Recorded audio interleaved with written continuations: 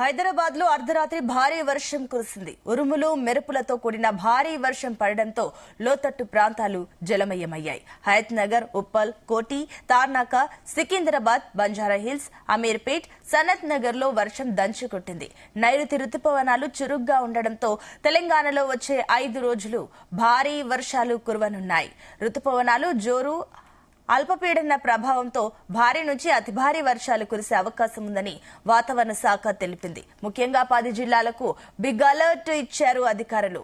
జయశంకర్, భూపాలపల్లి, ములుగు, కొత్తగూడెం, ఖమ్మం, మహబూబాబాద్, వరంగల్, హనుమకొండ, వికారాబాద్, సంగారెడ్డి, కామారెడ్డి, మహబూబ్ నగర్, నాగర్ కర్నూల్, వనపర్తి జిల్లాలో భారీ వర్షాలు కురుస్తాయని చెప్పింది. శుక్రవారం భూపాలపల్లి, ములుగు, భద్రాద్రి, కొత్తగూడెం, మహబూబాబాద్, వరంగల్, హనుమకొండ జిల్లాల్లో ఉరుములు మెరుపులతో కూడిన గంటకు 40 నుంచి 50 కిలోమీటర్ల వేగంతో భారీ వర్షాలు కురుస్తాయని చెప్పింది. శనివారం భూపాలపల్లి, ములుగు, కొత్తగూడెం, ఖమ్మం, మహబూబాబాద్, వికారాబాద్, సంగారెడ్డి, మెదక్, కామారెడ్డి జిల్లాల్లో అక్కడక్కడ భారీ వర్షాలు కురుస్తాయని వాతావరణ శాఖ చెప్పింది. ఈ క్రమంలో ఆయా జిల్లాలకు వాతావరణ శాఖ ఎల్లో అలర్ట్ జారీ చేసింది.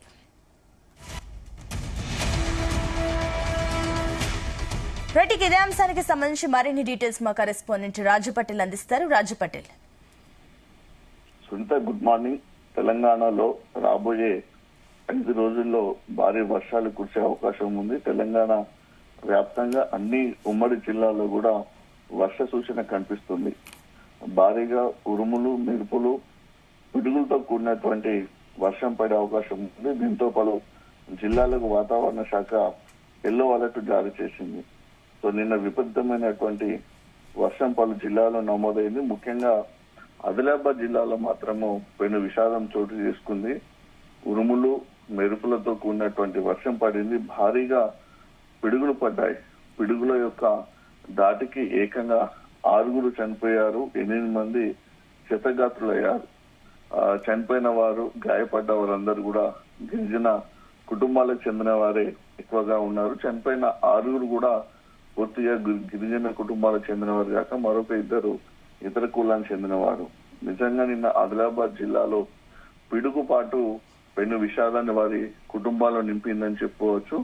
ఒకవైపు ప్రభుత్వము పిడుగులు పడే అవకాశం ఉంది, ప్రజలు అప్రమత్తంగా ఉండాలని చెప్తున్నప్పటికీ కూడా అంటే పంట చేనులు ముఖ్యం కాబట్టి పనులు ప్రారంభం చేసుకోవాలి. వ్యవసాయ పనుల సీజన్ ప్రారంభమైంది. పత్తి విత్తనాలు, మొక్కజొన్న విత్తనాలు నాటాలి కాబట్టి అనేటువంటి ఆలోచనతోటి వ్యవసాయంలో రైతులు కూడా, అన్నదాతలు కూడా ఎక్కువగా నిమగ్నమై ఉంటారు. కాబట్టి పనే ముఖ్యంగా భావించి పంట చేలో ఉన్నటువంటి వారిపై పిడుగుపాటు మృత్యు రూపంలో వచ్చి వారిని దహించి వేసిందని చెప్పవచ్చు. ఆదిలాబాద్ జిల్లా బేల మండలంలో నిన్న 2 చనిపోయారు. వాళ్ళ యొక్క దీనమైనటువంటి పరిస్థితి వాళ్ళది.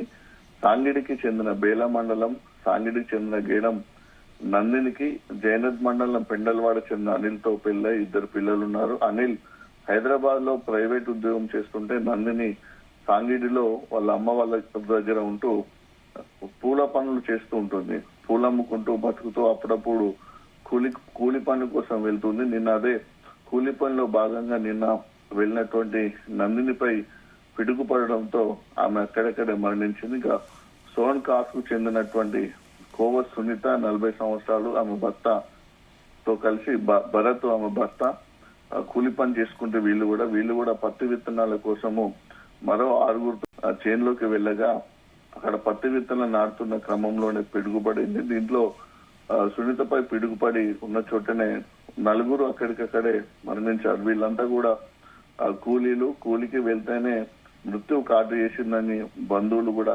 విపరీతంగా ఏడ్చారు. దీంతో 2 కుటుంబాలు కూడా తీవ్రమైనటువంటి విషాదం నెలకొంది.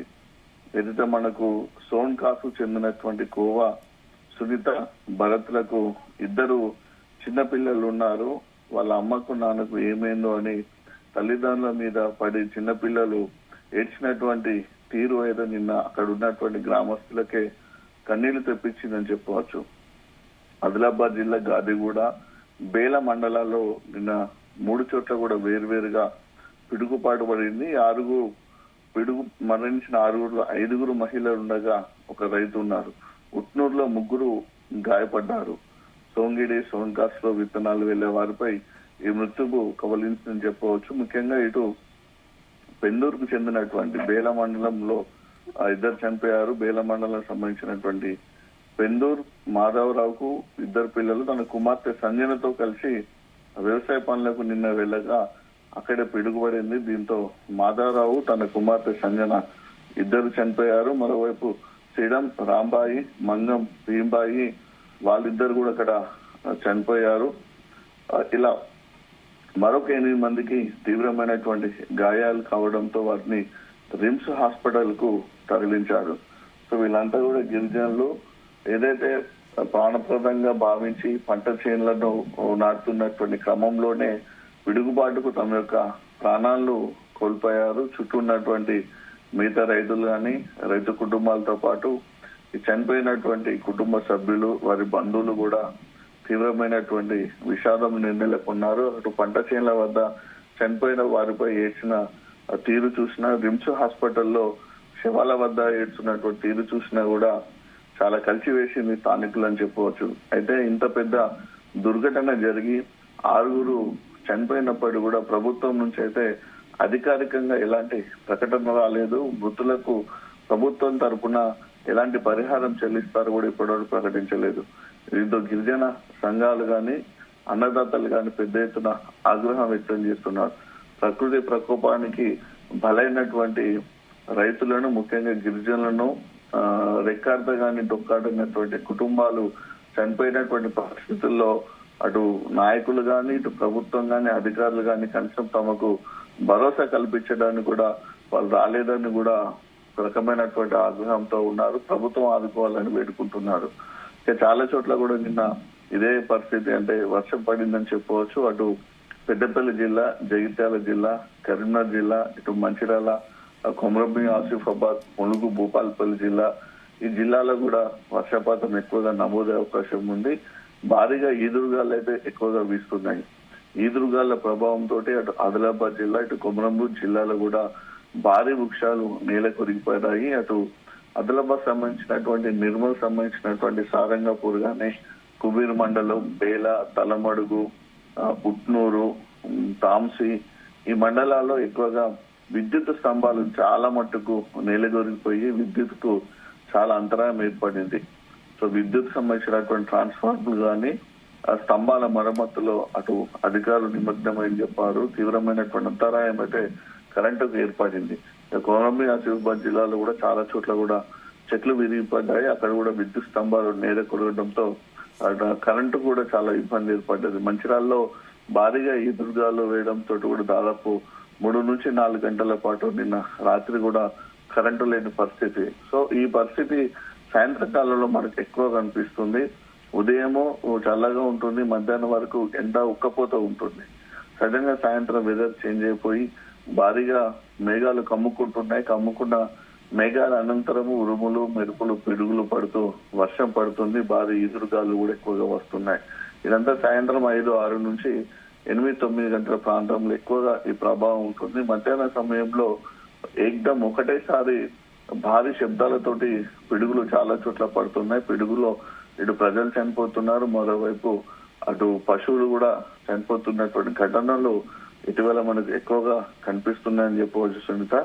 ఇక మీద వర్షాభావ పరిస్థితి కనుక చూసుకుంటే నైరుతి ఋతుపవనాల ప్రవేశము జరిగి అది కంటిన్యూ అవడం వల్ల ఈ వాతావరణంలో మనకు వాతాకాలకు సంబంధించినటువంటి సిచ్యువేషన్ కనిపిస్తుంది. అయితే భారీగా వర్షపాతం నమోదు కావడం లేదు. వాతావరణ కేంద్రము భారీ వర్ష సూచన ఉందని హెచ్చరిస్తున్నప్పటికీ కూడా ఇప్పటి వరకైతే వాగులు ప్రవహించడము, నదుల్లోకి నీరు రావడము, చెరువులు మత్తగడం లాంటివి అంటే బాగా ఎఫెక్టివ్, అంటే సాధారణ స్థాయి కంటే ఎక్కువ స్థాయిలో మాత్రము వర్షపాతం అయితే నమోదు కావడం లేదు. ఖచ్చితంగా భారీ వర్షాలు పడితేనే వ్యవసాయంగానికి ఊతమిచ్చే అవకాశం ఉంది. ఎందుకంటే ఆల్రెడీ పత్తి విత్తనాలు మొలకెత్తుతున్నాయి కాబట్టి అవి బతకడానికి ఇంకా ఏపుగా ఎదగడానికి ఖచ్చితంగా వర్షం పడాల్సిన అవసరం ఉంది. ఎందుకంటే ఇటు ఉమ్మడి ఆదిలాబాద్ జిల్లాతో పాటు అటు ఉమ్మడి వరంగల్ జిల్లా, అటు ఉమ్మడి మహబూబ్ నగర్ జిల్లా ఇదంతా కూడా ఎక్కువ కూడా వర్షాన్ని ఆధారంగా చేసుకునే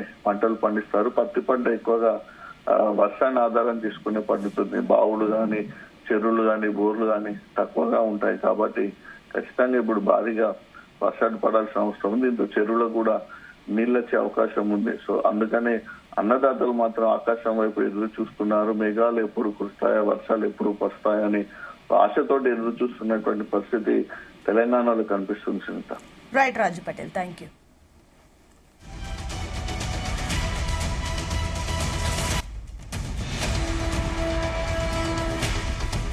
హైదరాబాద్ లో అర్ధరాత్రి భారీ వర్షం కురిసింది. ఉరుములు మెరుపులతో కూడిన భారీ వర్షం పడడంతో లోతట్టు ప్రాంతాలు జలమయమయ్యాయి. హయత్ నగర్, ఉప్పల్, కోటి, తార్నాక, సికింద్రాబాద్, బంజారాహిల్స్, అమీర్పేట్, సనత్ నగర్ లో వర్షం దంచికొట్టింది. నైరుతి రుతుపవనాలు చురుగ్గా ఉండడంతో తెలంగాణలో వచ్చే 5 రోజుల పాటు భారీ వర్షాలు కురవనున్నాయి. రుతుపవనాలు జోరుగా అల్పపీడన ప్రభావంతో భారీ నుంచి అతి భారీ వర్షాలు కురిసే అవకాశం ఉందని వాతావరణ శాఖ తెలిపింది. ముఖ్యంగా 10 జిల్లాలకు బిగ్ అలర్ట్ ఇచ్చారు అధికారులు. జయశంకర్, భూపాలపల్లి, ములుగు, కొత్తగూడెం, ఖమ్మం, మహబూబాబాద్, వరంగల్, హనుమకొండ, వికారాబాద్ జిల్లాల్లో అక్కడక్కడ పలు జిల్లాల్లో వర్షం పడే అవకాశాలున్నట్లు సూచించింది.